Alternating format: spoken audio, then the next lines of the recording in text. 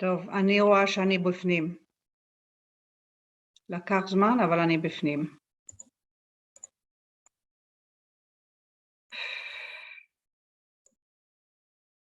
לא נראה לי שאני הוסט.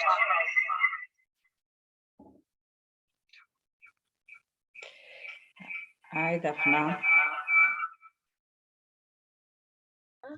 שומעים אותי?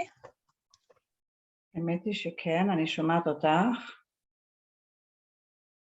ואני לא רואה אף אחד אחר, והיו לנו קצת בעיות. את שומעת אותי? שומעת, רואה. לגמרי, כן. אני איכשהו לא מבינה מה קרה פה. הנה גם רדגונד בא. את יכולה לעשות share screen, דפנה? כן, כן, אני אשמח. אני לא ההוסט, אני לא יכולה לעשות share screen. רדגונד, אתה הוסט? אז את כבר עשית את זה, אוקיי, מעולה. אוקיי, טוב, יש אנשים בפנים ויש לנו מצגת. רואים את המצגת שלי כמו שצריך, נכון? נפלא. לא מעולה. רק רק המצגת, לא כל ההערות. בדיוק. אוקיי, מה השעה? אנחנו יכולים להתחיל? יש 46 אנשים, מצוין. So I would like to thank everyone for joining us tonight at the end of month lectures in the middle of the week. And today's topics are pediatric ophthalmology. And after pediatric ophthalmology, I will hand over the microphone to Dr. Amer, who will bring in uveitis. So we have two really nice and special lectures today, and we'll start with Dr. Daphna Meitzad-Kosh. She is the head of the Pediatric Ophthalmology and Strabismus Unit at Ichilov in Tel Aviv. She's an excellent lecturer, and I always learn from her, even when she gives just a lecture to doctors in the Kehila or pediatricians. I always learn something new from Daphna, and I'm really excited about this lecture, which is different, nothing that you will really find in the textbooks in this way. And so without further ado, Daphna, I give you the bama, the podium. Thank you very much, and thank you for the invitation. I'm going to talk today about stereoacuity. I hope I will convince you why we should examine it routinely and why it is important to examine it and to try and improve it. My lecture is going to have three parts. First, I'm going to explain a little bit about what stereo is and give some examples for stereoacuity tests. Then we will discuss the correlation between visual acuity and stereoacuity. And the last part is going to be about the effects or the significance of stereoacuity on neurodevelopment in children. Because of lack of time, I won't discuss the topic of strabismus and stereo. We all know that when there is strabismus, constant strabismus, there is no stereo, but there are questions regarding intermittent strabismus and stereo and the role of strabismus surgery in improving stereo, and this will be beyond the scope of this lecture, as I said, because of lack of time. So stereoacuity is one of the advantages of binocular summation, but not the only one. We all remember that, and we know that binocular vision means better visual acuity, better contrast sensitivity, larger visual field, brightness perception, flicker perception, and on top of all that, also better stereoacuity. And the neural basis for stereoacuity involves connectivity between different cortex areas in both the dorsal and the ventral visual pathways. It's very complicated, and it's beyond the scope of this lecture and of my knowledge as a clinician. So I'm just putting it here. It's a brain process. And let's go down to the definition of stereoacuity. stereoacuity is the lowest disparity that can be distinguished, and we measure it in seconds of arc. Now, we know that stereoacuity starts developing as early as 3 to 6 months of life, and it continues to develop, so we can still improve it until the age of 10 years. Now, it depends on cortical sensitivity to retinal disparity. As I showed before, the cortical process is complex, but at the beginning, we need good control of eye movements.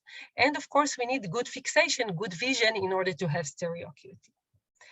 What is retinal disparity? It refers to the small difference between image projected on two retinas when we look at an object or at a scene. Here are two examples for stereoacuity of moving objects. In the first figure, we see now an observer that is fixating on the black dot, and there is another stimulus, the red square that is coming closer to the observer. The stimulus reflection on the retina moves in both eyes laterally, and our brain can perceive the movements. Now, here's the second example, and in this example, we see interocular velocity difference. What do I mean by saying that? The object that is coming closer to the eyes this time is closer to the left eye more than to the right eye. Therefore, when it moves toward the observer, the change in position on the retina of the reflection of the object is larger on the left eye. You can see the red line on the left retina is larger than the green line on the right retina. So this means that there is difference in velocity, and this movement can be appreciated by the brain and analyzed as stereoacuity. Now, these figures help us in understanding the role of stereoacuity in near work, because when something is closer to us, those differences become more obvious. And of course, because of that, also stereoacuity is very important in fine motor skills more than in gross motor skills. There are many types of stereoacuity tests, and they all share the same principle that each eye gets part of the whole picture. The first two that I present here, Frisbee and Lang, do not require glasses. Therefore, they are very suitable for young children. The Frisbee is commonly used in the UK. I think none of them is commonly used in Israel. At least not in Tel Aviv. There are other tests that require glasses, and those tests are more dissociative. There are tests that are contour-based, like the TITMUS, and random dot-based, like the TNO, in which we use the red-green glasses. Now, we need to know that the contour-based exam, the TITMUS, has monocular clues. Therefore, it's less accurate than the random dot-based test. And the most commonly used random dot test is the RANDOT test. The RANDOT test is commonly used firstly because it does not have monocular clues, and also because of this important article by Elaine Birch, she is a very prestigious investigator of binocular vision for many years, and she examined 4,355 normal children, which is a lot, and created the normative data for using the RANDOT. And this data is quoted a lot, and we can see here that a child, when he is 3 years old, can already have an average stereoacuity of 100 seconds of arcs, meaning he can see 4 out of 10 circles in the exam. By the age of 7, children have an average of 40, which is also the average for the adults in the large population, seeing 7 out of 10 circles on the board. So we understand that in order to have good stereoacuity, we do need to have good vision and tracking and fixation and cortical ability to analyze the retinal disparity. But what does stereo tells us about vision? I'm going to show you 3 important articles that looked at these relations between visual acuity and stereo acuity. The first one is the oldest one. It's from 1974. Levy et al. Checked the correlation between the expected stereo acuity of adults with different levels of visual acuity in the worst eye. He created a situation in which one eye sees excellently, 20/20, and the other eye was worse and worse. And as you can see from the table that he created, in order to get stereo acuity of 40, which is the average in the normal population, one needs visual acuity of 20/20. But even visual acuity of 20/200 gives us some stereo acuity of 160, which is 3 out of 10 circles if we go back to the random. The second article that I present here is an article from a neuro-ophthalmology team, and they asked a different question. They wanted to know whether stereo acuity can help us diagnose non-organic visual loss. They checked 364 adults with real neuro-ophthalmologic problems that came to their clinic, and they created this graph that shows us the correlation between the near visual acuity in the worst eye on the y-axis to the stereo acuity on the horizontal axis. As you can see by the star, good stereo acuity goes with good visual acuity. The more important thing is that there is no good stereo acuity with vision that is lower than 6/30, which the red rectangle represents. The author demonstrated that stereo acuity can suggest, but not fully establish, the diagnosis of non-organic visual loss. We can suspect that there is a non-organic etiology for vision loss when there is a discrepancy between visual acuity and stereo acuity. And once again, those two articles help us in knowing what to expect. Now, the third article from PLOS ONE. This one I chose to bring here because it deals with children, 4 to 18 years old, and they had a very large data of 5,800 children. The investigators examined here the relations between stereo acuity and other visual functions. They used TITMUS, and as you can see in the first figure here, which demonstrates the relations between stereo acuity and the inter-eye differences in best corrected visual acuity, we can see that good stereo was always related to absence of significant difference in vision between the eyes, while low stereo is not specific. It can come either with high and low inter-eye difference in visual acuity. They did the same thing with refraction, and we get pretty much the same results. Once again, good stereo, 40, relates to no anisometropia, while poor stereo acuity, poor stereoscopy is non-specific. It can come with either big and significant anisometropia and no anisometropia. The conclusion here in children is as before in adults, and those are very large numbers. When there is good stereo acuity, we can assume that there are no significant inter-eye differences in refraction or in vision. The opposite is never true.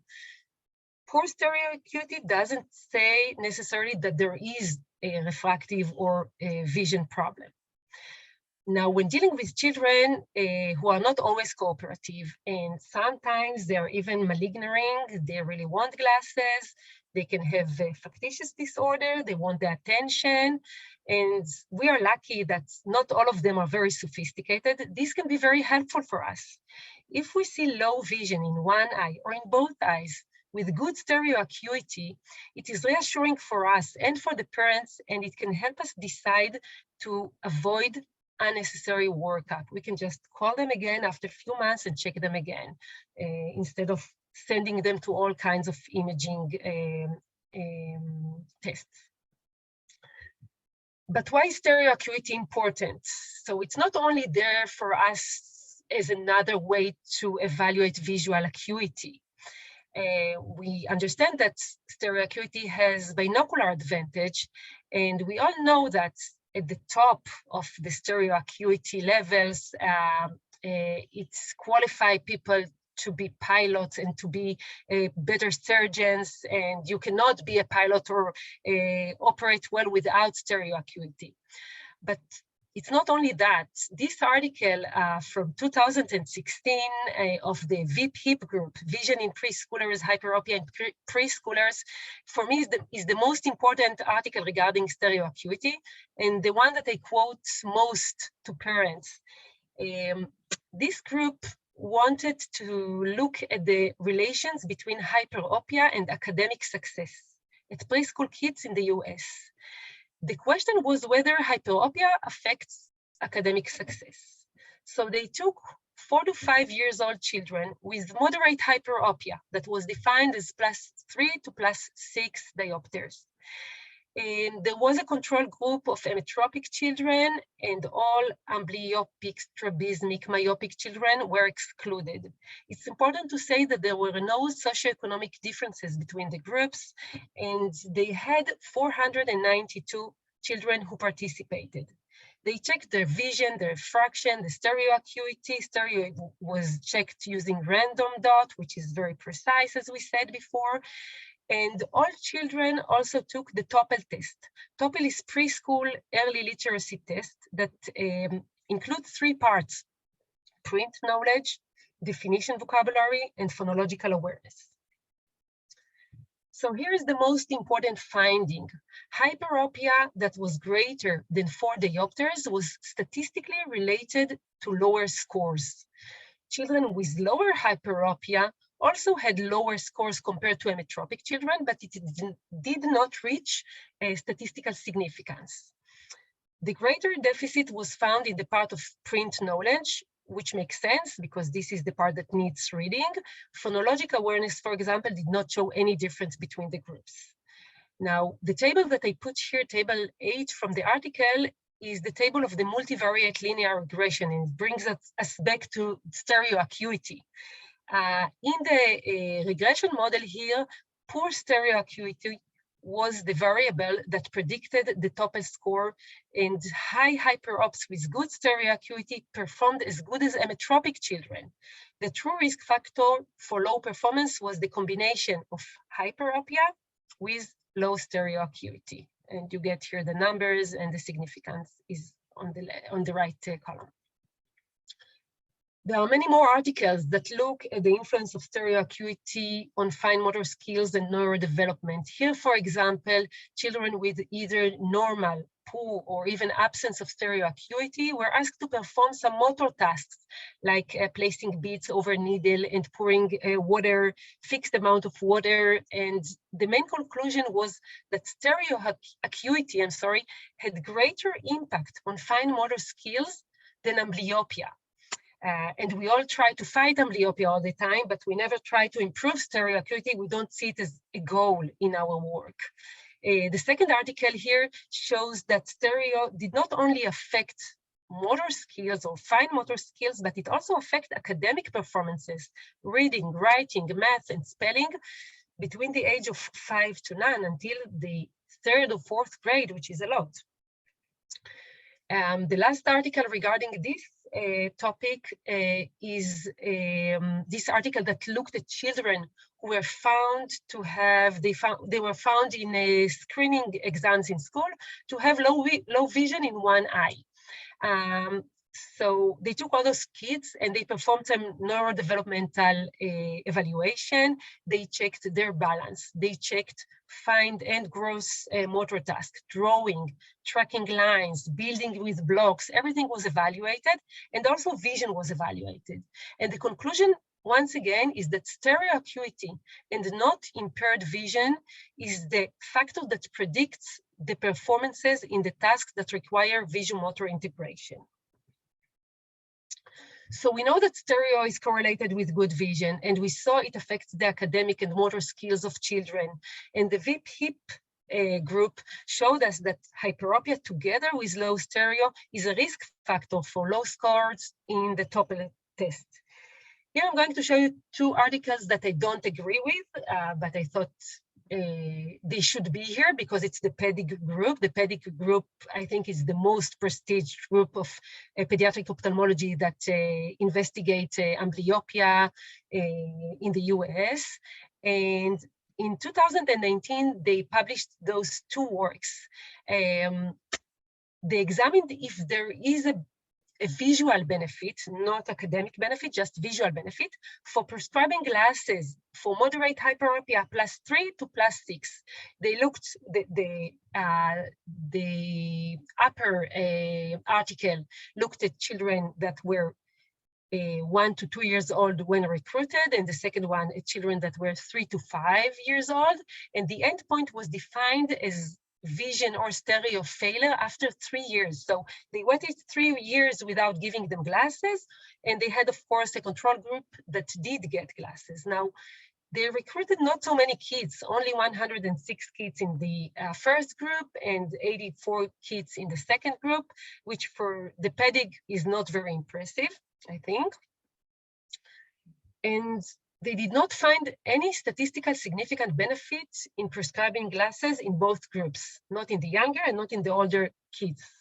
But as you can see here in the table 7 that I put here, this table is taken from the article regarding the younger kids. 30% of the kids in the observation groups, the ones that did not get glasses, 16, it means 30%, did not have stereo acuity by the age of 3. And we already know now that by the age of 3, kids have stereo acuity of 100 seconds of arc.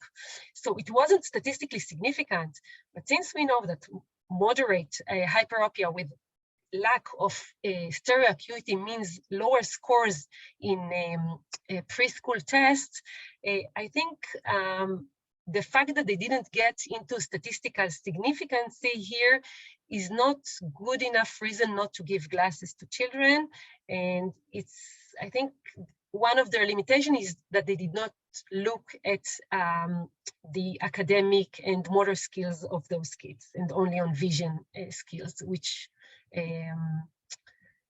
makes this article, those two articles, I think, less accurate. One more article that was published by a group of my colleagues and myself.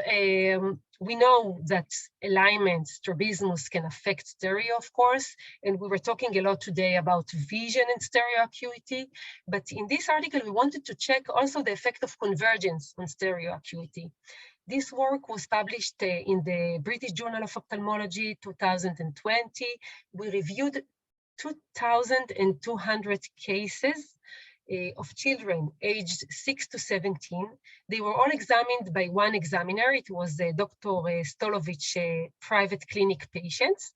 And we looked at the correlation between stereo acuity and convergence ability only in children with good vision in both eyes and no strabismus. Convergence was measured by Prism Vergence test, and we divided the kids into 5 groups. And stereo was measured by the RANDOT, and kids were divided into 3 groups: poor, subnormal, and normal stereo acuity. As you can see, when we look at the graphs and we move from the left to the right, as convergence improves, the blue part of the column that represents poor stereopsis is getting smaller and smaller. And we concluded that convergence amplitude does affect stereo in children. It makes sense because we need to fixate well. And we therefore also recommend that when stereo acuity is low and there is no other explanation like inter-eye vision difference or refraction difference or strabismus or even microstrabismus, one should look carefully at the convergence. Also, we should look at the accommodation. It's not in this article, but that's what I'm doing.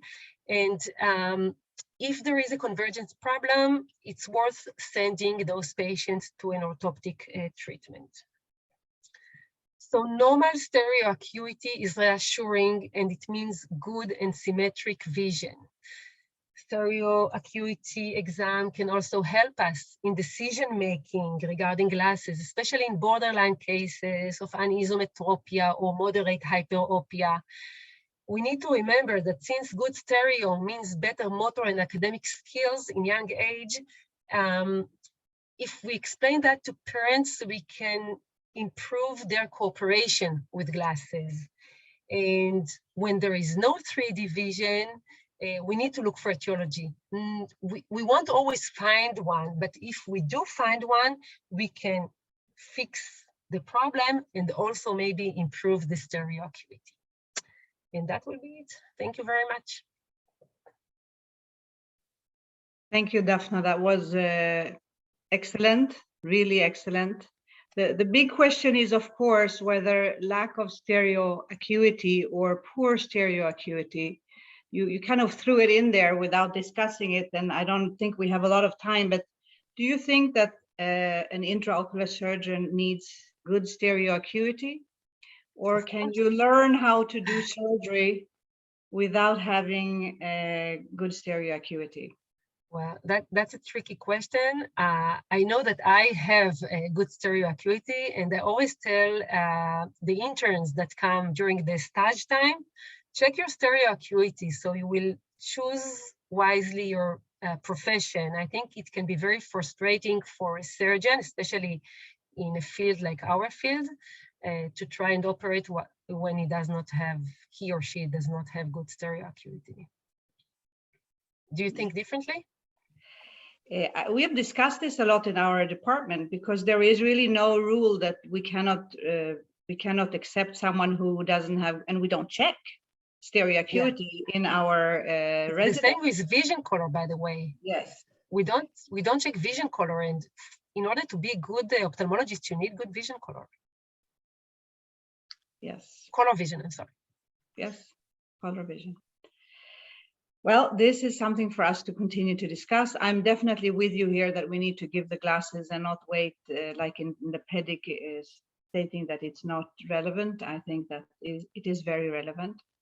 We're also fighting amblyopia, not to mention. And I really thank you so much. If we have more questions coming up, sometimes the audience gets time to warm up, and when and if they have questions, if you allow me, I will transfer them to you and make sure that whoever asks will get their questions at home. But now, because we have another amazing lecture and we want to finish on time, so I'm going to introduce Dr. Ran David, who is a senior pediatric ophthalmologist working in our unit at Hadassah.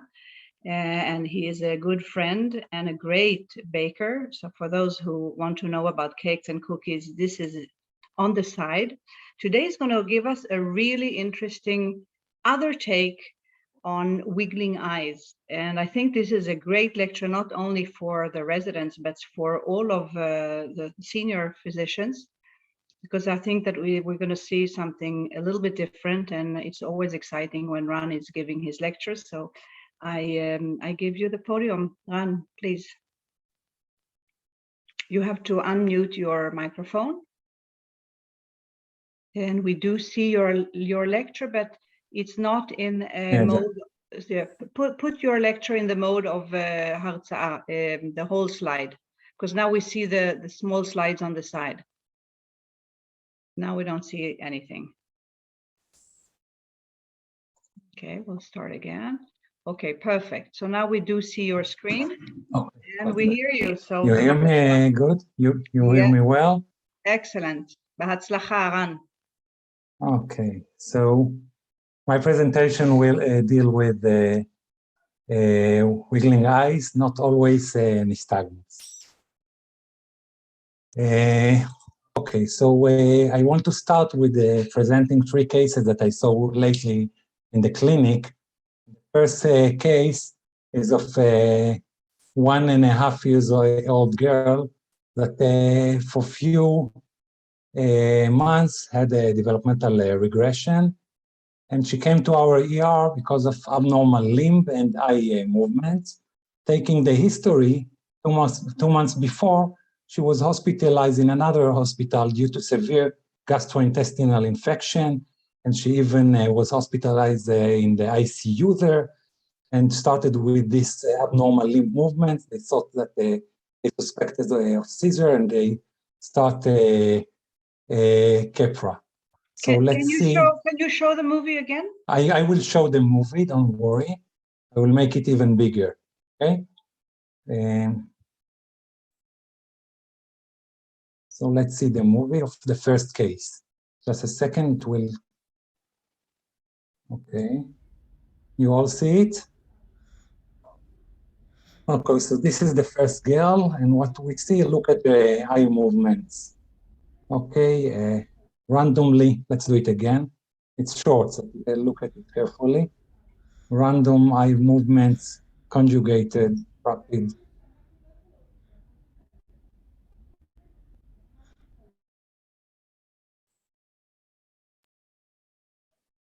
So this is a rapid, conjugated, multi-directional involuntary eye movements. Okay, the second case is a 4.5 months old girl with a normal eye exam, except of the cycloplegic refraction. She had +8, -2 in both eyes, and I prescribed glasses, but at the end of the examination, the mother showed me a video from her phone and told me, doctor, look what happens with her eyes sometimes. Okay, so let's see it.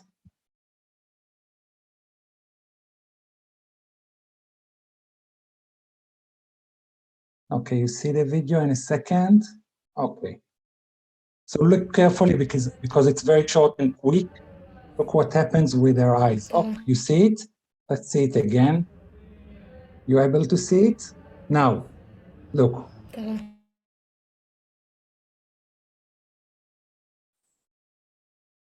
Okay, let's continue. The third, so she had a burst of rapid horizontal involuntary eye movements. Let's move to the third case. The third case is a case of a 4.5 years old boy with normal pregnancy, generally healthy boy. I checked him with normal eye exam. And here also at the end of the examination, the father told me, look sometimes what he's doing. Let's see it. So this is the third case. I'll put the movie on. Okay, look. Just a second. Just a second. Okay. So look carefully. I ask him to close his eyes and look what happens again. Okay. We put the video once again. Look carefully. Look what happens with his eyes. Now I ask him to close his eyes. Close the eyes. And once again, look what happened.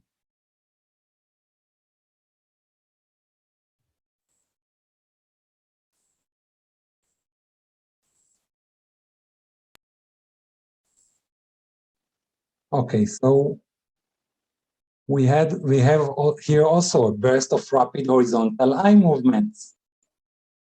Very strange. So what is in common of those three cases? They all have rapid abnormal eye movements that are not nystagmus. Okay, so why it is so important to say that it's not nystagmus? Because we have to look for other etiologies. So first, let's define what is a nystagmus. Nystagmus is an eye movement disorder characterized by abnormal, involuntary rhythmic oscillation of one or both eyes initiated by a slow phase. We all know that we have generally two kinds, the pendular nystagmus, that has backward and forward movements of the eye that are slow phase to slow phase. Okay, so let's see an example.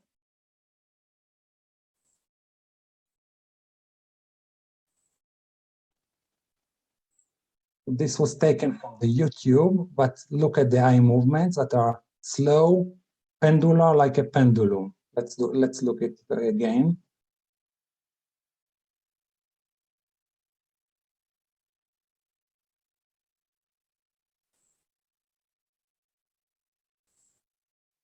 And on the other end, we have the jerk nystagmus, that is slow phase, initiated by slow phase, and then backward with fast phase. Okay, let's see an example for that also.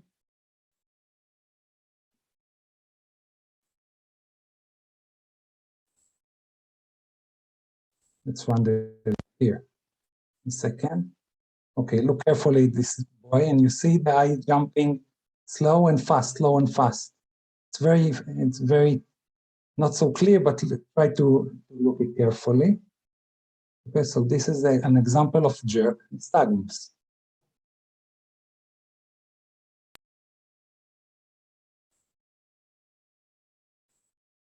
Okay, and we know that nystagmus can be with or without abnormal head posture due to the null point, where the point of the lowest velocity of the eye movements. Okay, so what are the etiologies of nystagmus? Nystagmus can be physiologic, like endpoint physiologic vestibular nystagmus, optokinetic, or sometimes voluntary. It can be ocular due to ocular problem, more sensory, like albinism or other eye problems like cataract, aniridia, colobomas, corneal opacities, optic nerve problem, especially hypoplasia, retinal disorder like achromatopsia, that all cause like sensory nystagmus. Nystagmus can be also idiopathic, congenital or infantile, or secondary to spasmus nutans with head bobbing, and secondary to neurological problem. And then sometimes we have other patterns like upbeat, downbeat, original, seesaw, and sometimes secondary to toxicity like alcohol use, metabolic disease, and so on. So when we deal with abnormal ocular oscillation or abnormal ocular movements, we had to divide it to those that initiate by slow phase. So we just say that the major group are nystagmus, the pendular slow to slow, or the jerk slow to fast phase. And on the other hand, those that initiate by a fast phase, we have many like that, but I will focus on the saccadic intrusion that are fast to fast phases of movement. And in children, especially the opsoclonus and the ocular flutter. Of course, there are many others eye movements. So when dealing with saccade, what are normal saccades? Normal saccades are rapid bilateral conjugated sequential eye movements that allows visual targets to be brought to the fovea. Okay, so it means when we have to quick look at the target, we do a saccade to have a rapid fixation. So when it's abnormal, we call it saccadic intrusions. That are rapid bilateral involuntary conjugated eye movements that interrupt fixation. And the main two, especially in children, are opsoclonus on one hand, and of ocular flutter, that is a subtype of opsoclonus. So how we define opsoclonus? The opsoclonus defined as conjugated multidirectional without intersaccadic intervals occurring in random direction. Sometimes it's called saccadomania or dancing eyes, as the first case that we had. And ocular flutter, on the other hand, is intermittent burst of back-to-back horizontal saccade without intersaccadic intervals, with no vertical component. So if we have a vertical component, it's not ocular flutter. And bursts last for seconds at a time. Okay, so look at the graph here. It's fast to fast in a few seconds of burst, and then it stops, okay, for a while.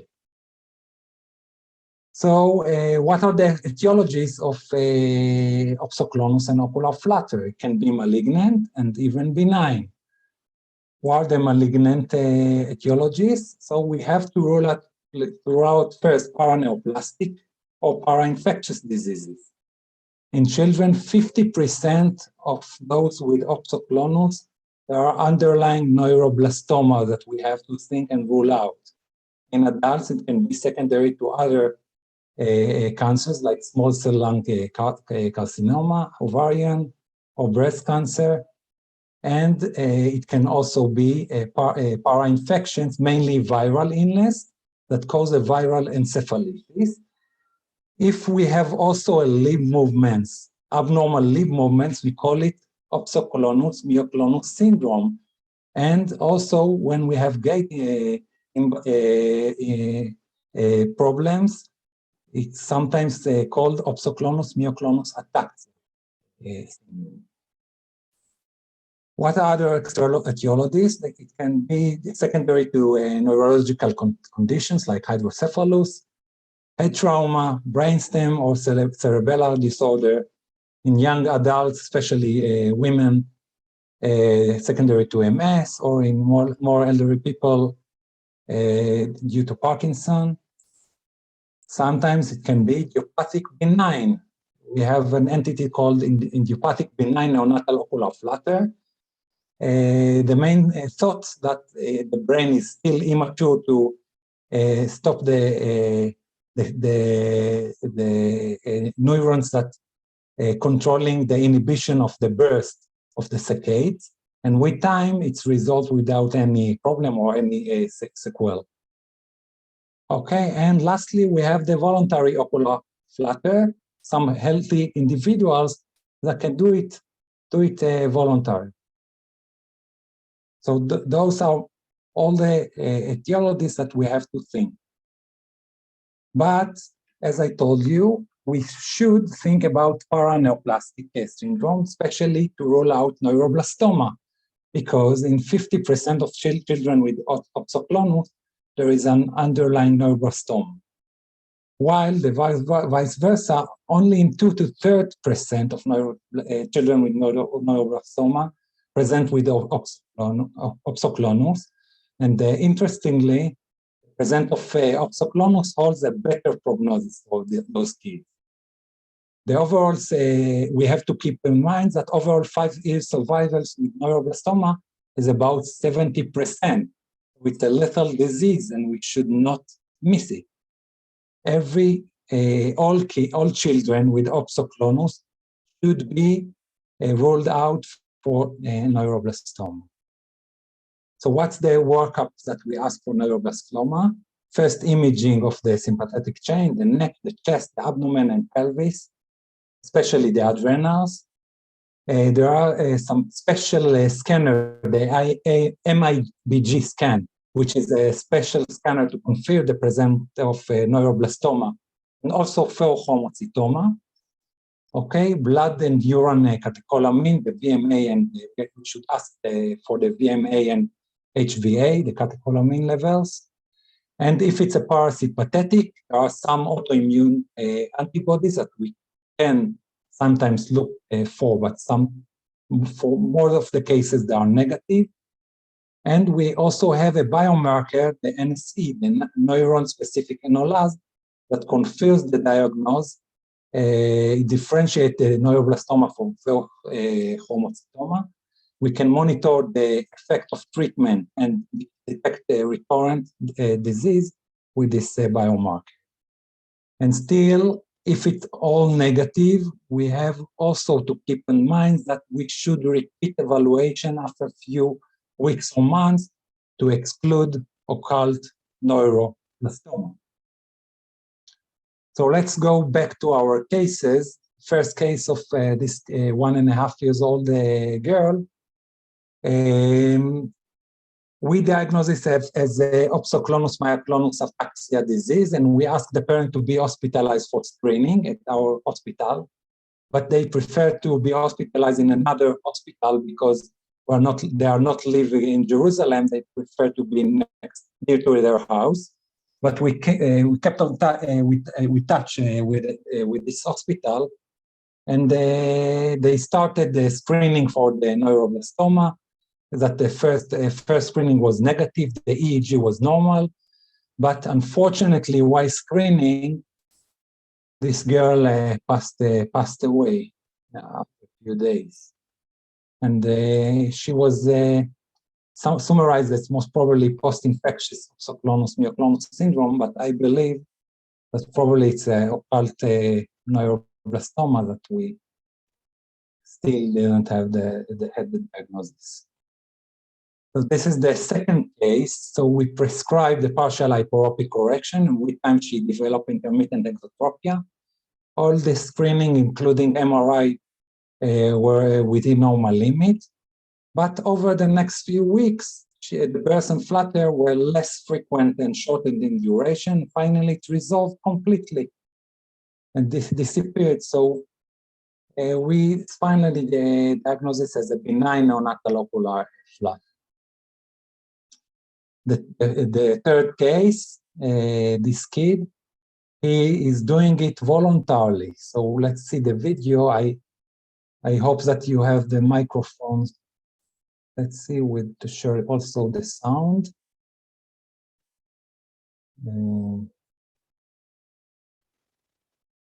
Just a second. I'll share the sound also. אוקיי, אתה יכול לעשות את זה עכשיו? תתחיל. Okay, do it now. תפסיק. אוקיי. אוקיי, תעצום עיניים רגע. תעצום, תפתח. Open. תתחיל, תעשה. Start. Stop. Okay, he's doing it. תפסיק. Smart guy.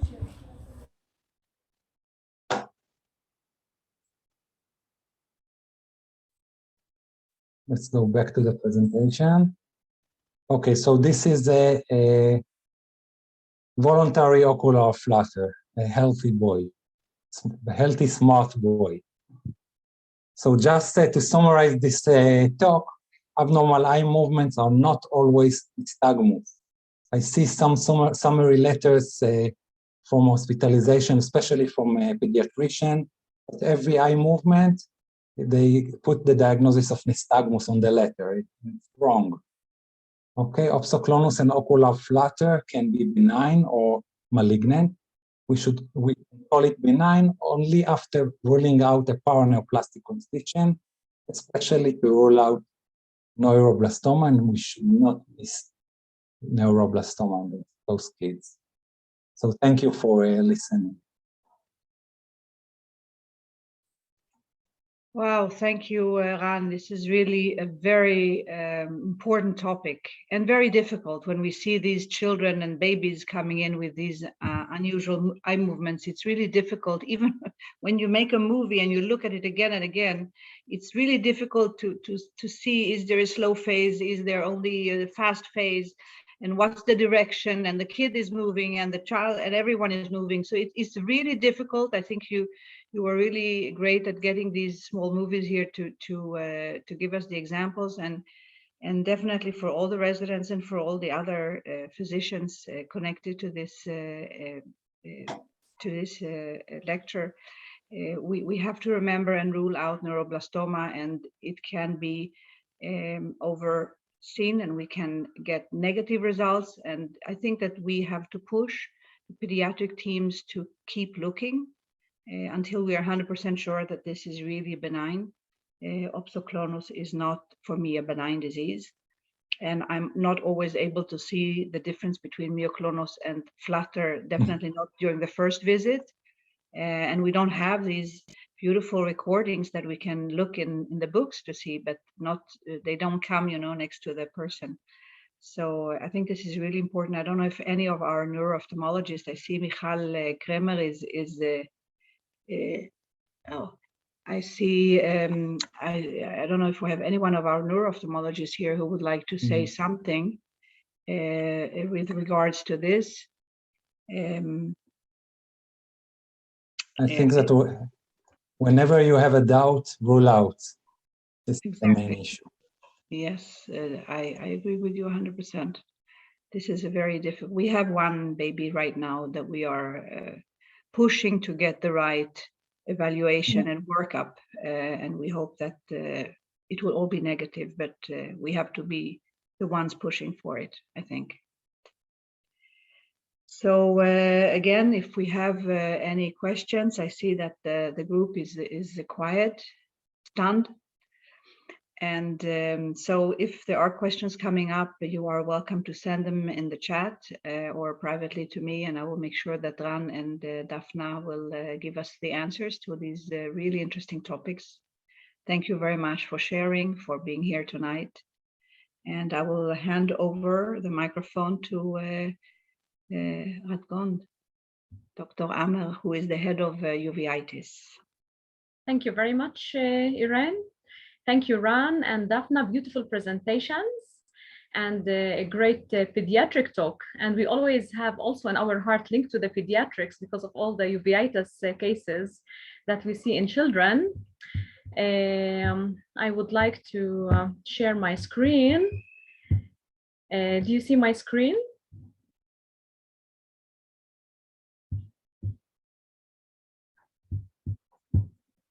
Do you see my screen? We do not see your screen. Okay, so let me try again.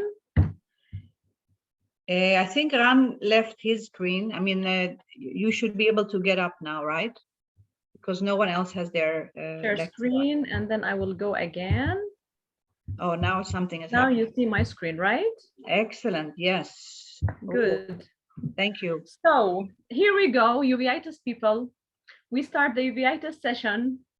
With us tonight is Professor Yarka or Jarmila Hajsigrova from Prague, and the second talk will be given by Yael Sharon. So I will start by introducing, for short, Yarka. That will be easier, right?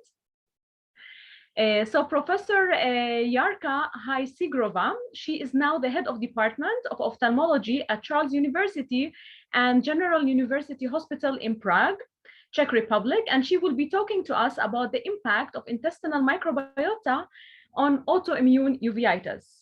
So just a short introduction about Yarka before you start. So Yarka, she received her MD degree from Charles University. And following that, she continued to PhD. And the main topic was mechanisms of rejection of corneal transplantation. The first part of which she did in Czech Republic under the leadership of Professor Martin Filipek. And then because of the good relations with the Professor John Forrester, she continued in Aberdeen, Scotland, the rest of the PhD. Then after that, she continued working as a clinical research fellow with Professor John Forrester between the years 2002 and 2004. And upon returning back to Prague, she was named associate professor in 2010. And in 2017, she has full professor in the field of ophthalmology. And since the year 2016, she is the head of Department of Ophthalmology at Charles University and General University Hospital in Prague. Her main areas of research is uveitis and retinal diseases, ocular immunology, intraocular lymphoma, and microbiome. She is member of the International Uveitis Study Group and the Scientific Board of the Czech Ophthalmological Society and of the Specialization Board for Ophthalmology. So how come I know Yarka? Just to show this photo, Yarka.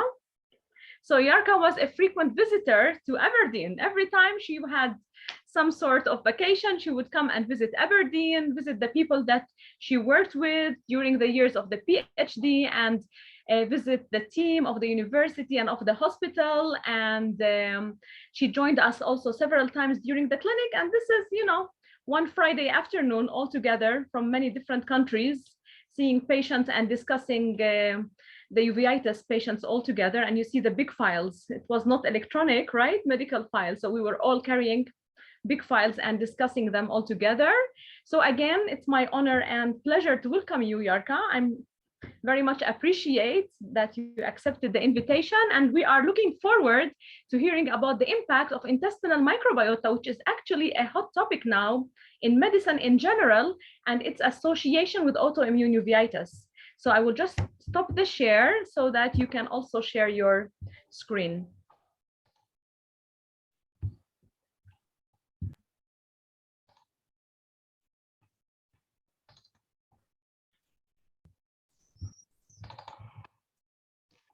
Dear Radgon, do you hear me? Yes, we hear you very well. Just put it in the slideshow. format. Do you see the correct format of the PowerPoint? Yes. Just put it in the slideshow. Is it not in the slideshow not. at the moment? No. In that case, we've got a problem. Because No problems. You can get ahead. Just organize it. you don't see the slideshow at the moment. And we see all the slides on the side. Yeah, I understand.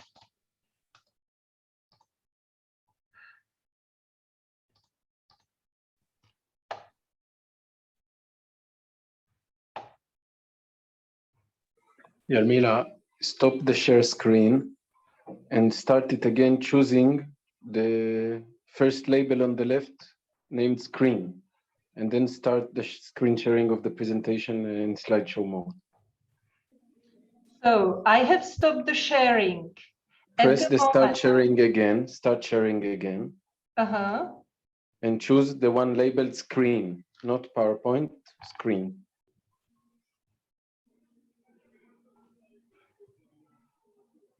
The first one showing your screen, and then put the presentation in slideshow mode.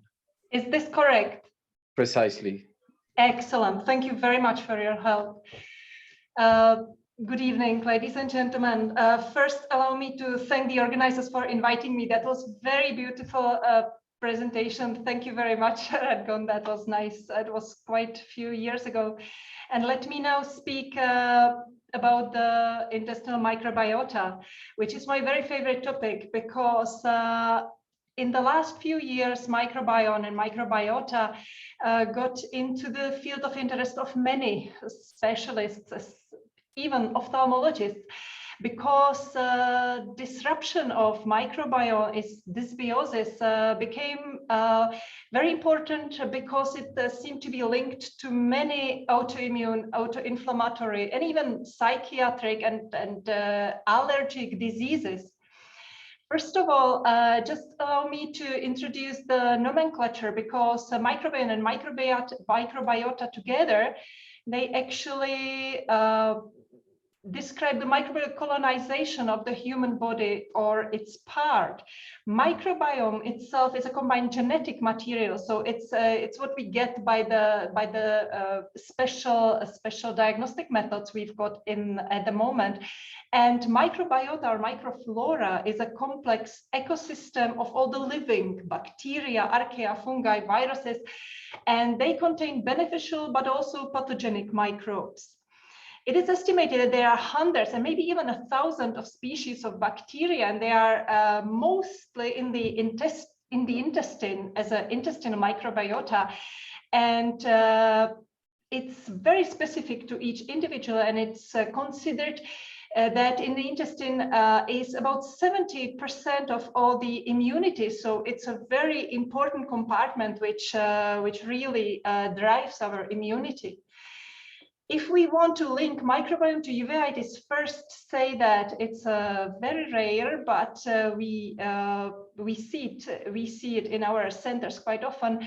The sight-threatening T-cell mediated disease, which affects young people of a working age. So it's quite difficult disease, which is, however, very frustrating. About 50% of unknown etiology, and it takes up to 10% of blindness in developed countries. So there is a great need for new therapies. And you all know there is quite a number of patients requiring immunosuppression, biological treatment, and all this brings quite a high number of side effects, which brings us to a task to find a new treatment, which in a utopia would bring benefit not only to the eyes but also to the whole person. And maybe we are on a track to this treatment.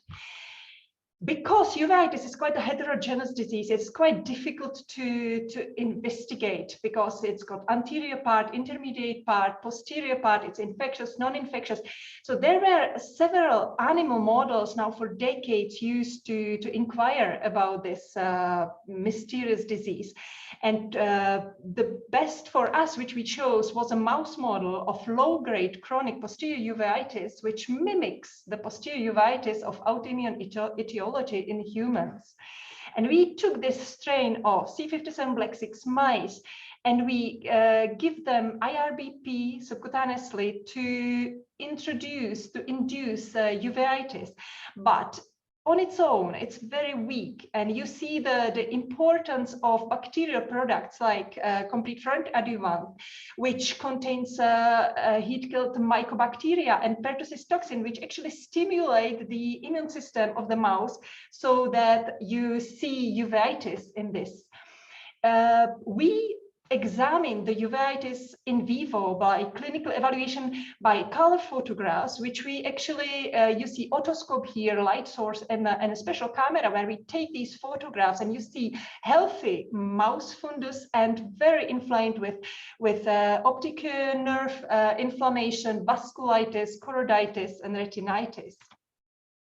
We also do histological evaluation, which has got special grades 0 to 4, which we do on frozen sections in hematoxylin eosin staining. And you can see here quite nicely organized normal retina and very inflamed retina with retinal folding, with vitritis, with vasculitis.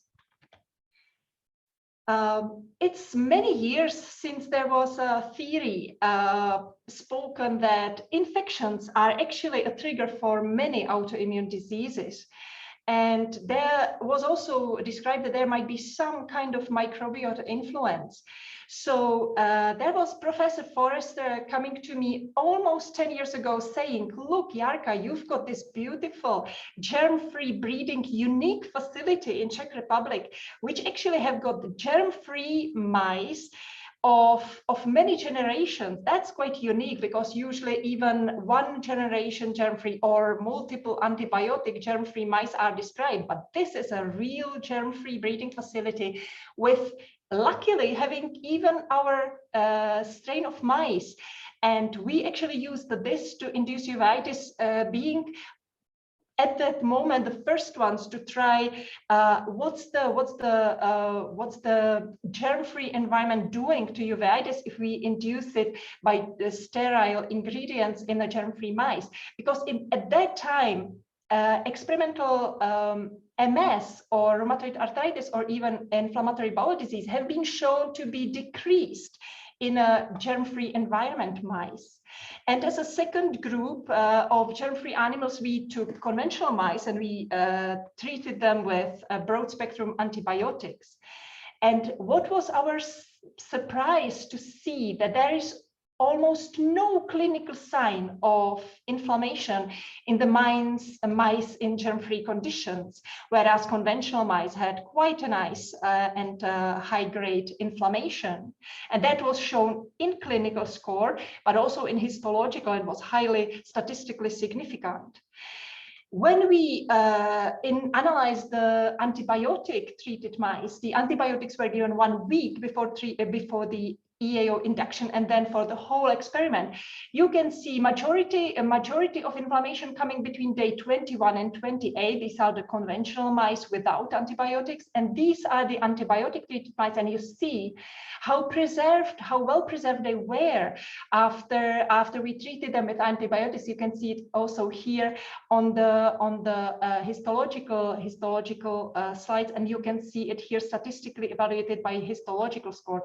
Only day 21 was clinically significant, and that was broad-spectrum antibiotics, metronidazole and ciprofloxacin. And at the time we presented this data, it was already shown the germ-free environment and even the antibiotics by Rachel Caspis' lab, and she shown it with different antibiotics, and it also has been shown by Phoebe Lin and Nakamura.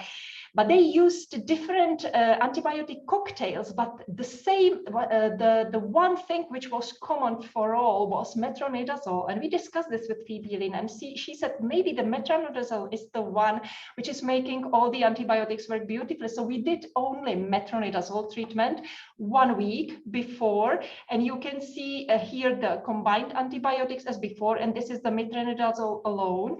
And you can see that the combined antibiotics decrease the inflammation, but even the metronidazole alone did it, and he did it even more when it was given 2 weeks before the induction of EAU. But at that moment, we were excited about the results, but it actually did not give us anything to give our patients. We thought, should we treat them with broad spectrum antibiotics, or what should we do?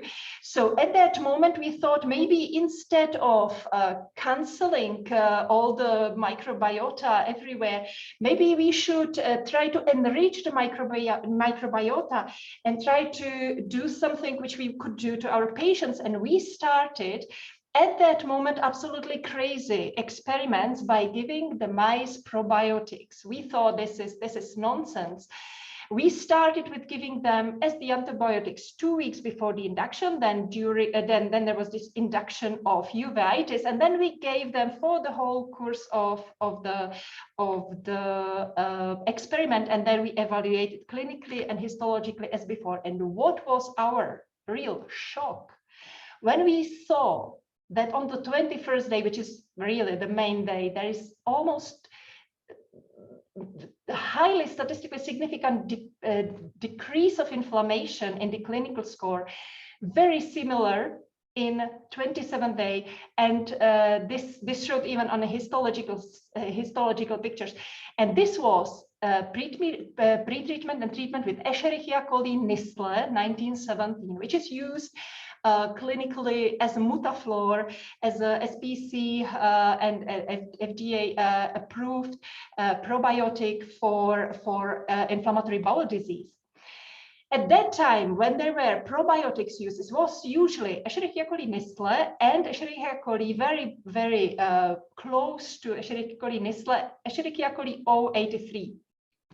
Funny enough, when we did the same experiment, the same regime by giving 3 times a week gavage of this probiotics to our mice, we found out that the other probiotic actually increases the inflammation. So at that moment, we abandoned the O83, we focused on Escherichia coli Nisle, and we actually decided we need to find out if it's the real bacteria interaction in the gut, or if even autoclaved and damaged just the wall of the bacteria would do the same work. But it did decrease the inflammation. It was autoclaved, it was a heat killed Escherichia coli Nisle, but there was decrease, but there was no statistical significance in decreasing the uveitis as it did in a live form. So that was in the experiment when we gave the probiotic the very whole time. But then we came to the major part. We thought maybe if we do a prevention only, which stopped really on the day induction, would it work? It did work beautifully. Would it work if we give it at the day of the induction of uveitis? And it actually worked beautifully. And we were so happy. We thought we've got treatment for uveitis, which should solve all our problems. And then we discussed our results with Professor Forrester, and he said, look, Jarka, this is probably not really treatment. This is more of a prevention again, because when you give it on the day when you induce uveitis, the cells still did not manage to activate all the processes. So you should probably do one more experiment of a late treatment. And there came the disappointment of this project, when in late treatment there was really no difference at all in all the phases. So we were actually on the same moment as with the antibiotics. We they work beautifully, but only if given as a prevention. So of course, at that day, all our clinicians started to take regularly probiotics of all kinds. But for our experiments, we thought maybe we should start to examine the microbiome of the patients and maybe try to find if there is something how we can analyze that. Unfortunately, the results came only about a week ago, and they were not as exciting as I would like to. This was about 3 years' work collecting naive uveitis patients, mouth swabs, conjunctiva swabs, and stools. And it was naive patients untreated by any drops, any treatment, was only autoimmune uveitis of anterior, intermediate, and posterior etiology. And we excluded HLA-B27 spondyloarthropathies because those we know have got a different microbiome. And we excluded Behçet's patients and others who have been reported to be autoinflammatory and really microbiome driven. So I can show you some of the results, but the big disappointment was the stool. In all the patients which are here in black compared to the normals, there was no statistical difference by all 3 metrics we used for analysis. This is diversity metrics, which shows actually the one statistically interesting result was that in anterior uveitis patients in the mouth, there's a huge decrease in diversity of the bacteria. So the microbiome of the mouth is different, and it also showed some difference others, but only in the mouth. Similar in the intermediate uveitis, but not statistically significant, and approximately normal with the posterior. In the posterior type, there was no difference really in the diversity. And what was interesting in the eye on the conjunctiva, that the diversity of the intermediate uveitis was actually higher, much higher than the normals. But we don't know if the conjunctival diversity is as important. We would rather focus on the mouth. Here you've got the species which we found in the eye, mouth, and the stool. And if you look at the anterior uveitis, it's always slightly different than all the others. So this is all the parts of the anterior uveitis. It seems, even from the immunological point of view, that anterior uveitis is slightly different than the intermediate and posterior one, that has got slightly different immune privilege rules and everything. So we have to investigate more these results and maybe focus which of these bacteria, because, for example, the Prevotella bacteria was shown in many diseases now, even in some types of uveitis, to be the bad guy sort of, and there were some which are the good guys. And if the good bacteria are decreased or the bad one is increased, then we've got some correlation with the bacteria. But with the 1,000 species in the gut, it might be very difficult to come to a conclusion. So let me conclude what we know, that reduced microbial environment before EAU induction leads to lower EAU intensity. So we know that prevention is good. Probiotics reduce the intensity of uveitis, especially again in the preventive mode. So what's the clinical relevance? So if we look what we've got as a future prospect, how to use the microbiome in our treatment. So maybe some dietary modifications will support the good bacteria, and the bacteria which are more prone to induce homeostasis and suppress complement reactions and maybe induce T regulatory cells. Maybe the second possibility would be not to give broad spectrum antibiotics, but one antibiotic which would kill just the bacteria which we know is bad in the body. And you maybe experience some other autoimmune patients which got antibiotics for something else, for their tonsils, and they got better in the uveitis. So they might be a real way even in antibiotics, but very targeted antibiotics. There might be, we must more inquire about the probiotics, maybe not one strain, because the 083 decreased the tolerance, whereas Escherichia coli Nisle increased the tolerance of the eye. So maybe we will need to find some specific probiotic and find the real dosage. We need some studies on this. Or we could give just the bacterial metabolites to some short-chain fatty acids have been shown to induce T regulatory cells in mice. So maybe just their metabolites would be helpful. And that seems a bit drastic, but that might be a normal thing in the future, to restore a normal intestinal community by fecal microbial transplant, but we shall see.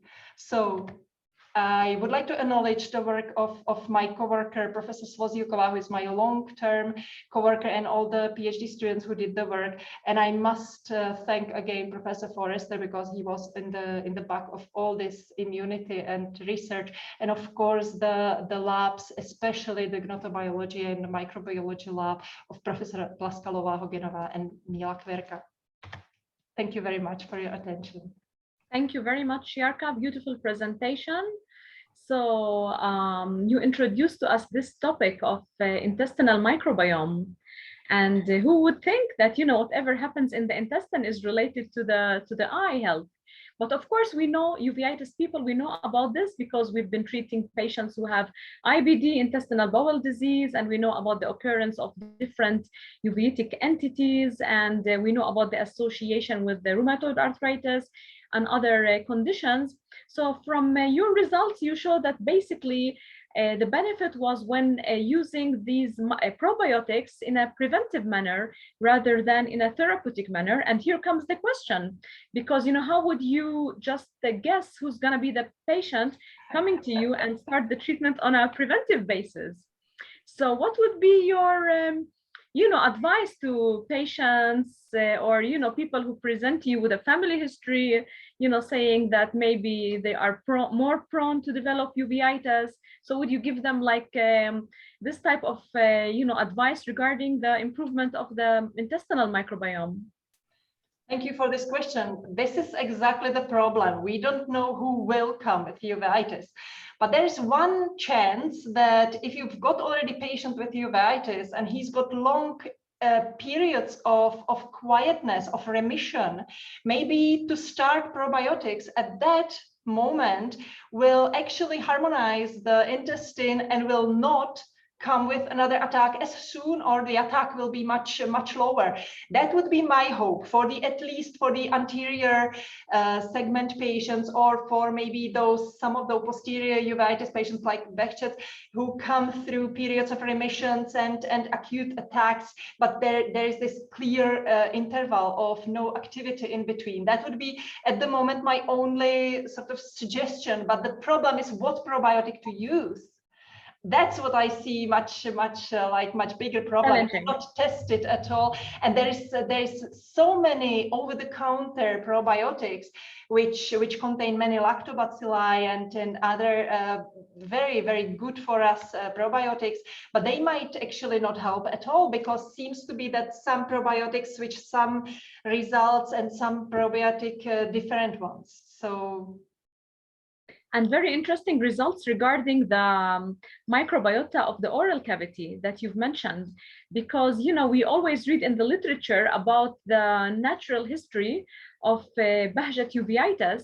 Yes. And, you know, people who come from Japan and from other countries, you know, in the Far East along the Silk Route, they tell us how the improvement in the oral hygiene has led to a dramatic decrease in the number of patients suffering from Behçet uveitis. So also you have found this in your patients. So this is another point maybe that we have also to explain, you know, and elaborate on with our patients.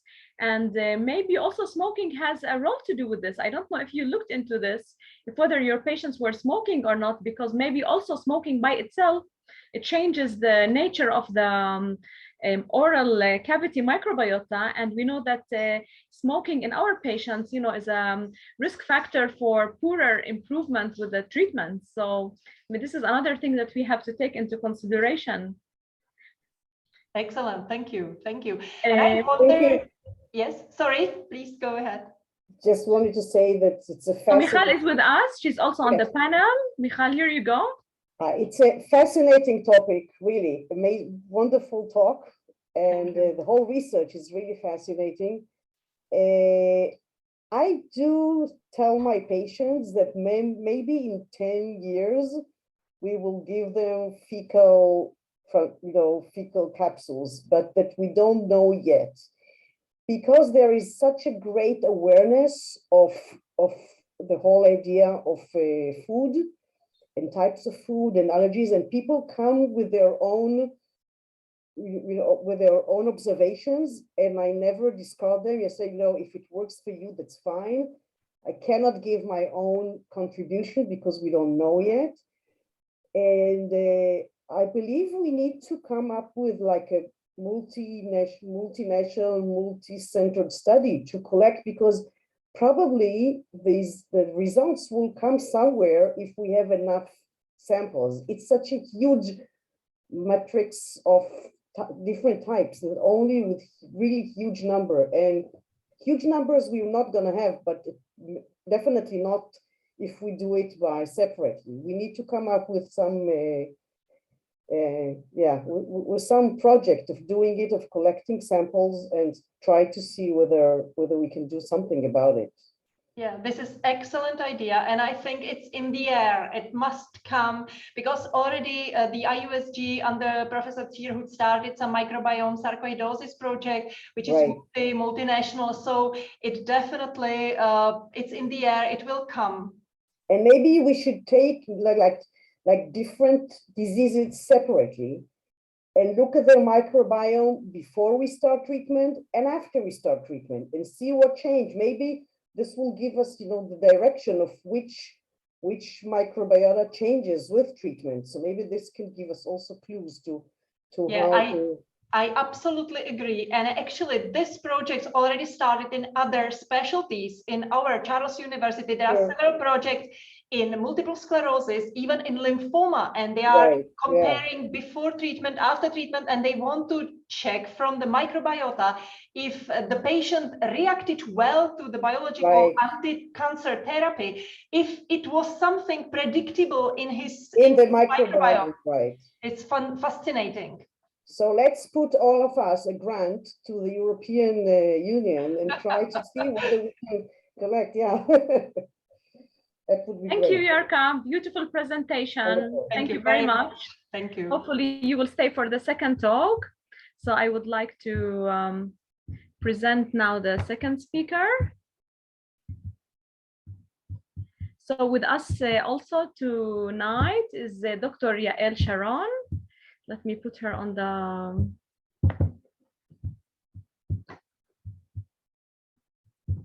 So Yael, she's a senior ophthalmologist, a uveitis specialist at Rabin Medical Center, and a cataract surgeon. She will be speaking to us today about the effect of pregnancy on the course of uveitis in single and multiple pregnancies. So Yael completed a research fellowship as a postdoctoral research associate in PLUS Immunology Lab at Princeton University, and she combined this with a clinical fellowship in uveitis at the Metropolitan Eye Research and Surgery Institute in New Jersey. She's currently a clinical lecturer in the Department of Ophthalmology at Tel Aviv University, and she is also acting as a principal investigator and a co-investigator in numerous research projects and clinical trials. Thank you, Yael, and here you go to share your presentation. Hi, everyone. So I'm going to share my presentation.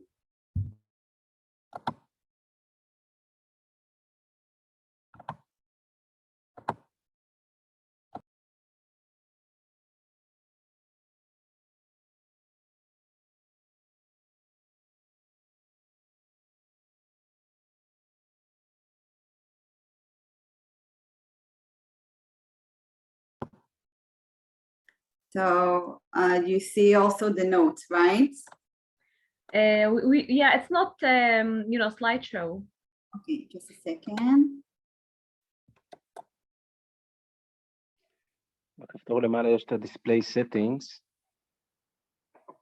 כן, רגע, אני רוצה... אני רוצה פשוט לעשות share של חלק מהסקרין. נעשה רגע stop share.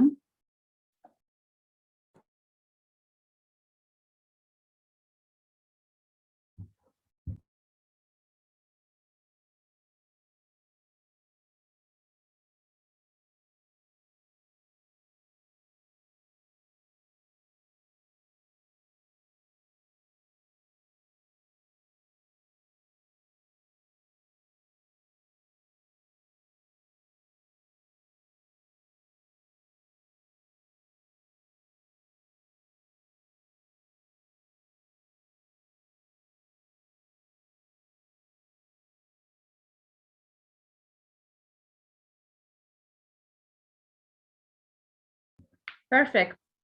Okay, good. So now you see it well, right?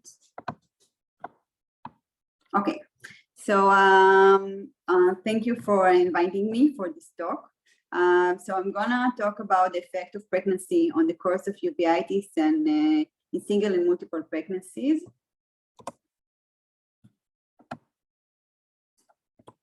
Okay. So the rationale behind our study is that during normal pregnancy, there is a suppressive microenvironment at the maternal-fetal interface in order to prevent a maternal immune response against antigens of the growing embryo. So there are various hormonal immunological changes that are happening to ensure that the maternal immune system will tolerate the semi-allogeneic fetus. These changes are mainly driven by regulatory T cells. So regulatory T cells are a specialized subpopulation of T cells that act to suppress immune responses and thereby maintaining self-tolerance. And also another group is the exhausted T cells, which are cells that are exposed to persistent antigenic stimulation, like the growing embryo, and induces a dysfunctional test. So these processes also influence the course of various autoimmune diseases. The hormonal changes include elevated levels of estrogen and progesterone that results in suppression of Th1 or T helper 1 associated immunity, but upregulation of Th2 associated immune responses. T helper cells are required for almost all adaptive immune responses. They help activate B cells to secrete antibodies in macrophages and help activate cytotoxic T cells to kill infected target cells. Pregnancy usually ameliorates Th1 associated autoimmune diseases, such as rheumatoid arthritis and multiple sclerosis, but exacerbates Th2 associated autoimmune conditions like lupus.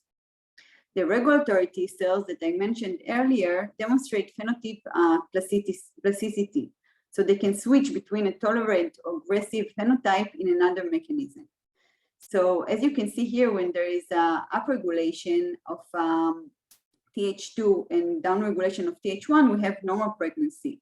But when we have the other way around, the upregulation of Th1, then we can see spontaneous abortion, premature delivery, IUGR, and the postpartum state. So most studies regarding non-infectious uveitis in pregnancy demonstrate a decline of disease activity during the second and third trimester, with an increase in relapse rate within the first 6 months postpartum. These studies mostly focus on single or up to 2 pregnancies. There is no data available to the best of our knowledge regarding the disease course in female patients undergoing multiple pregnancies. So this study that was published in 2013 was a retrospective case series of 47 female patients, which aimed to examine the course of non-infectious uveitis during pregnancy. 70% of patients had single studied pregnancy, 26% had 2 studied pregnancies, and 4% had 3 studied pregnancies. They found that uveitis activity in the first trimester was similar to uveitis activity in pre-pregnancy state. However, the uveitis activity decreased by mid-pregnancy, as we see in the graph, but returned to pre-pregnancy levels within 6 months postpartum. None of the host factors considered, like etiology of uveitis, type of uveitis, the course of disease, and the medication used were associated with flare-up rates. And among the 14 patients, the female patients with multiple studied pregnancies, the rates of flare-up in their first and second pregnancies were not significantly correlated.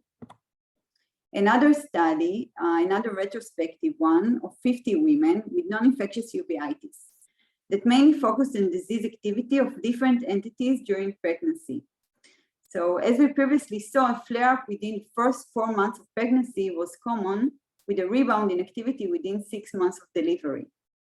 An early pregnancy flare-up was typical of VKH and idiopathic uveitis, as we see in the table. And the postpartum flare-up was typical of Behçet disease. Regarding multiple pregnancies of 16 women in the study, each followed for more than one single pregnancy, pattern of flare-ups during pregnancy was consistent in all pregnancies.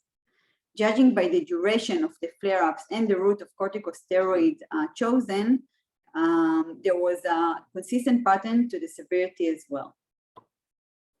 In the third and the last study I'm going to present before our study that was published in 2006, there were 32 study patients and a control group of 32 non-pregnant uveitis female patients that was selected for review in comparison with the study group. The goal was to determine patterns of exacerbations of recurrent non-infectious uveitis during pregnancy and postpartum. Flare-ups are most frequent in the first trimester of pregnancy and decreased markedly in the second and third trimesters, as we also saw in previous studies.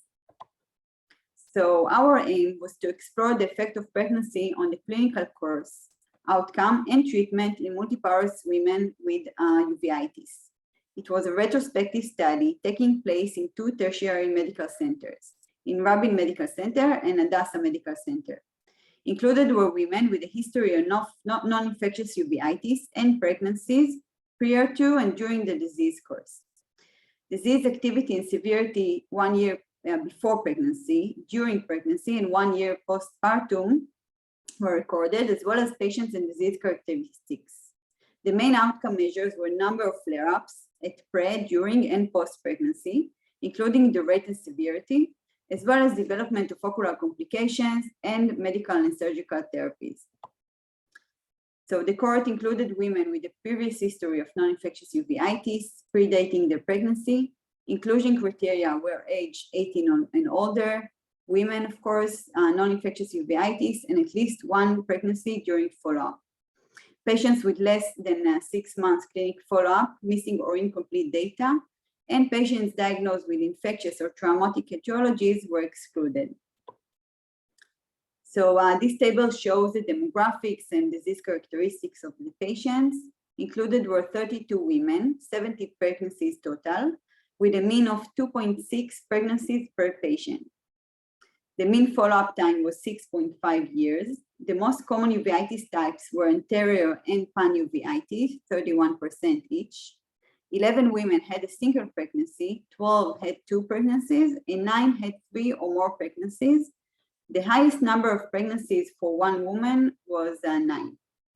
Idiopathic was the most common etiology, and approximately 30% of women experienced uveitis flare-up during their pregnancy.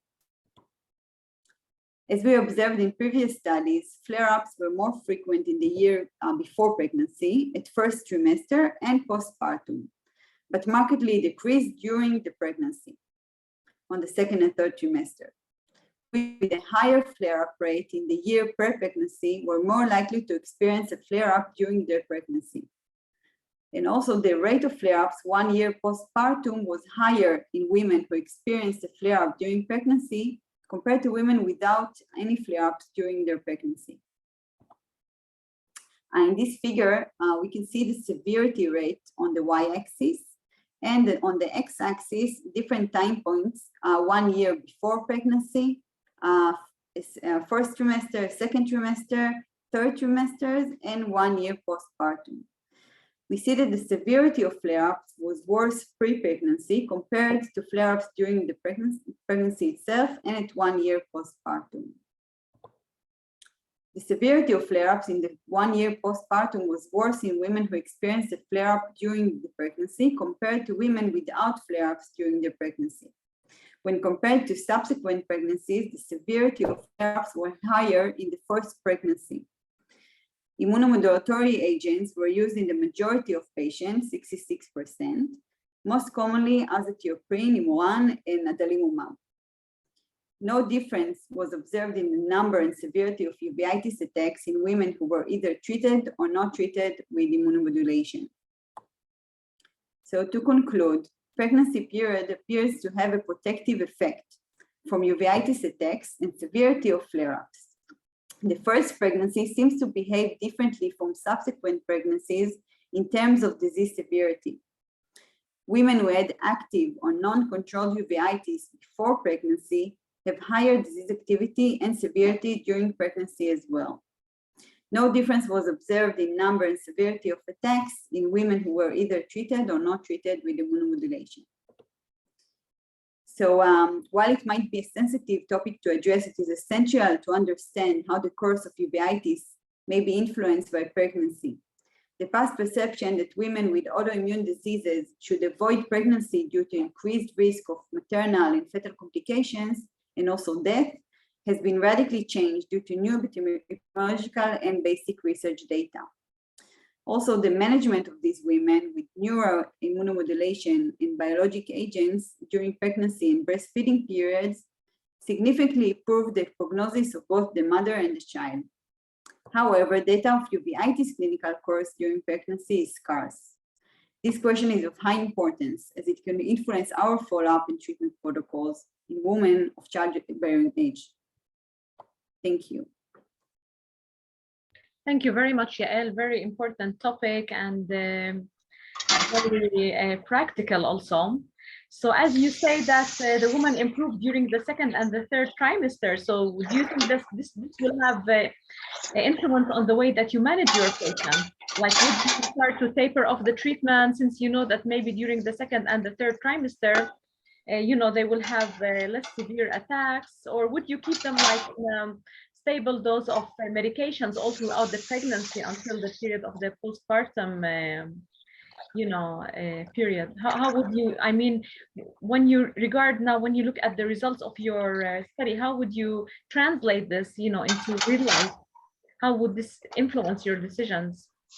Okay, so two, I think, main things that we noticed in this study, and I think we're going to also take it to our clinical patients, is first, the patients that were active or not controlled before going into pregnancy, they probably, I will still keep them on therapy. So I won't use this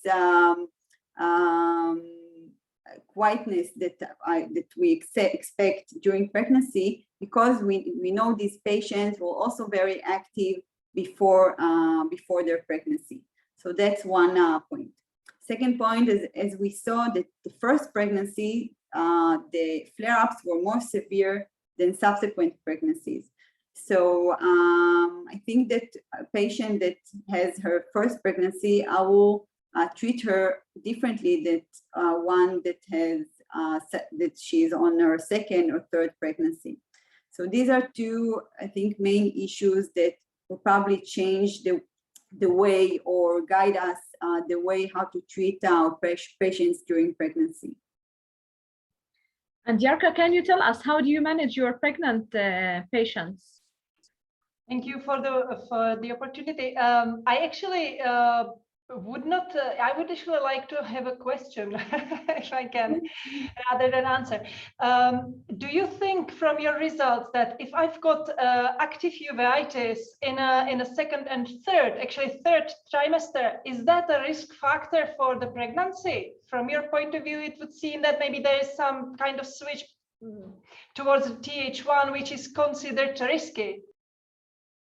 So that's a good question. I don't know. I mean, we haven't seen more problems in the pregnancy itself, or abortions, or anything like that in our patients.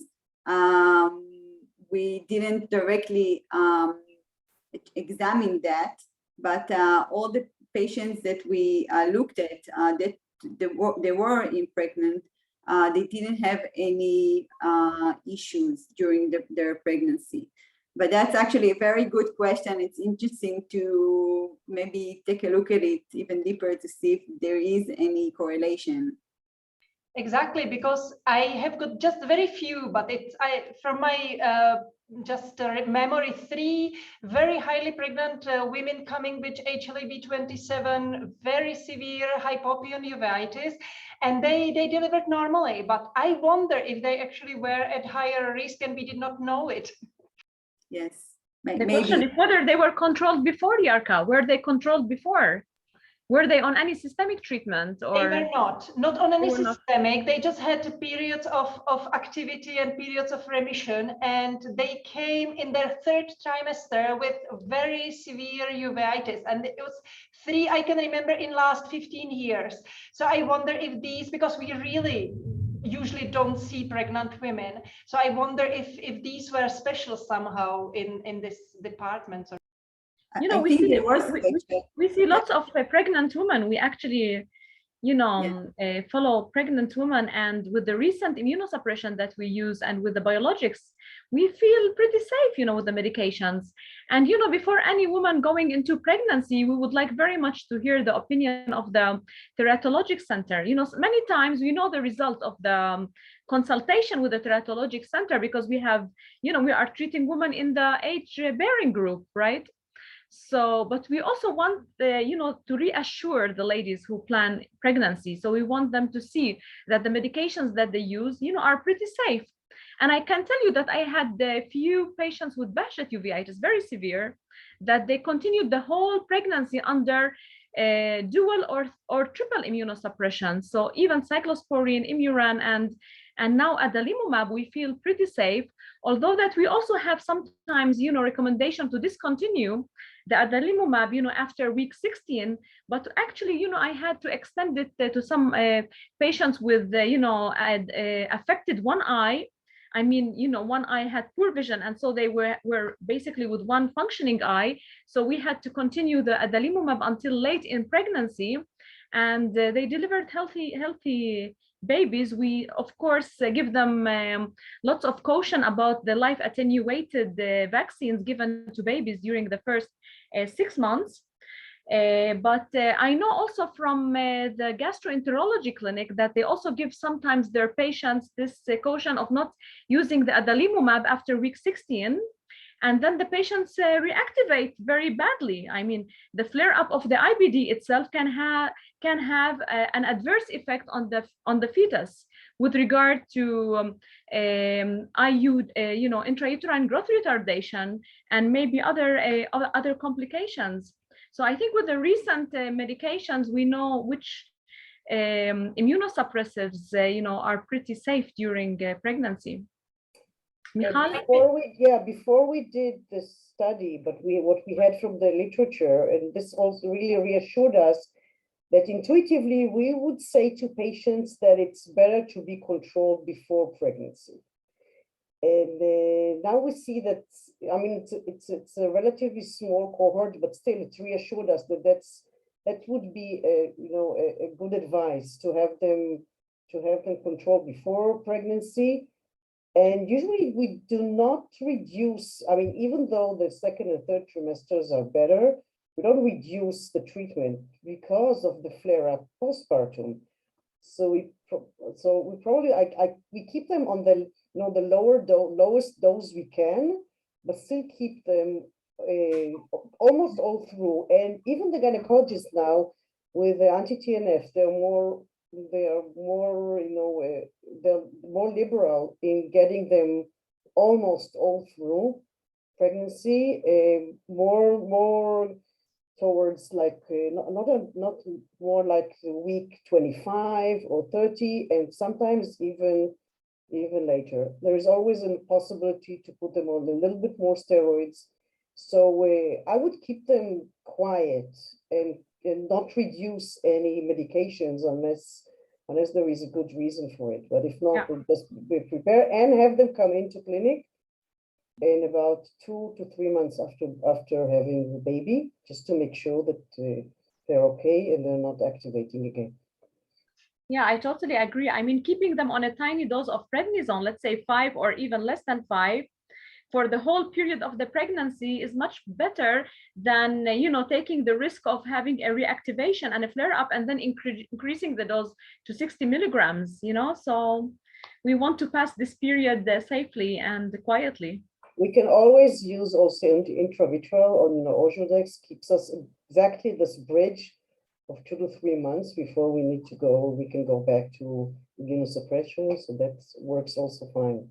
Actually, I tell the patients that our goal is to have them, they have to include us in their family planning, unfortunately, but they can go through pregnancies, and we'll keep them okay during pregnancies and make sure that they're fully treated. But very important messages, from the work, Yael. So if you have patients who are active, you tell them, wait a minute, just wait. We need to plan the pregnancy until we get you quiet. Yeah, it's not always easy. And most of the time they come to us, oh, surprise, I'm pregnant.